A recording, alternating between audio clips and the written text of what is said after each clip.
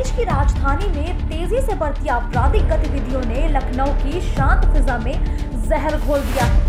कल रात दुबग्गा थाना क्षेत्र में एक रास्ता भटकी विवाहिता को घर पहुंचाने का दिलासा देने वाले दो रिक्शा चालकों ने एक सुनसान जगह पर ले जाकर विवाहिता के साथ दुष्कर्म जैसी घिनौनी वारदात को अंजाम दिया। पीड़िता की माने तो वो शहर में नई थी और सब्जी लेने घर से बाहर आई थी। इसी बीच वो घर वापसी का रास्ता भूल गई। इतने में एक बैटरी रिक्शा वाला उसे घर पहुंचाने के बहाने किसी सुनसान जगह पर ले गया, जहां उसने अपने साथी को भी बुला लिया। वहां पर उसके साथ दोनों ने ही जबरन बलात्कार किया और किसी को भी बताने से जान से मारने की भी धमकी दी। साथ ही वो दोनों ही मौके से फरार हो गए। घर पहुंचकर जब पीड़िता ने अपनी आप बीती अपने परिजनों को बताई तो पीड़िता के परिजन सन्न रह गए। परसों निकले थे सब्जी लेने के लिए, तो वहाँ से हम सब्जी नहीं मिली तो वहाँ से हम रास्ता भटक गए थे।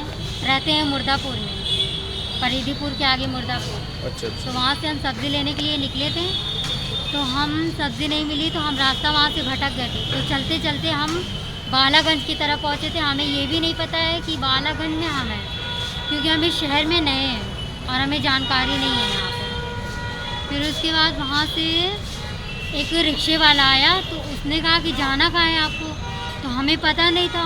तो उसने कहा आगे दुबग्गा पड़ता है, दुबग्गा जाना है। तो हमने कहा ठीक है, दुबग्गा मुझे छोड़ दीजिए।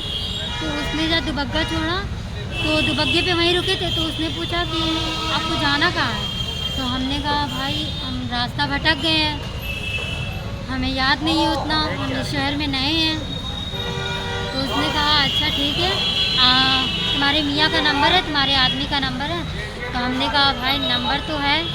तो हमने नंबर मिलाया अपने भाई के पास, तो हमारे भाई ने नंबर रिसीव नहीं किया, उठाया नहीं कॉल। फिर उसके बाद उसने कहा कि तुम अकेली जात लड़की हो, कहाँ आधी रात को भटकोगी। तो फिर उसके बाद उसने मुझे एक अपने दोस्त को बुलाया, रंजीत, वो भी रिक्शे वाला है, उसका दोस्त है। तो रंजीत आया था वहाँ पे, रंजीत आया था तो उसने बुलाया था कि भाई ये अकेली लड़की है, कहाँ जाएगी।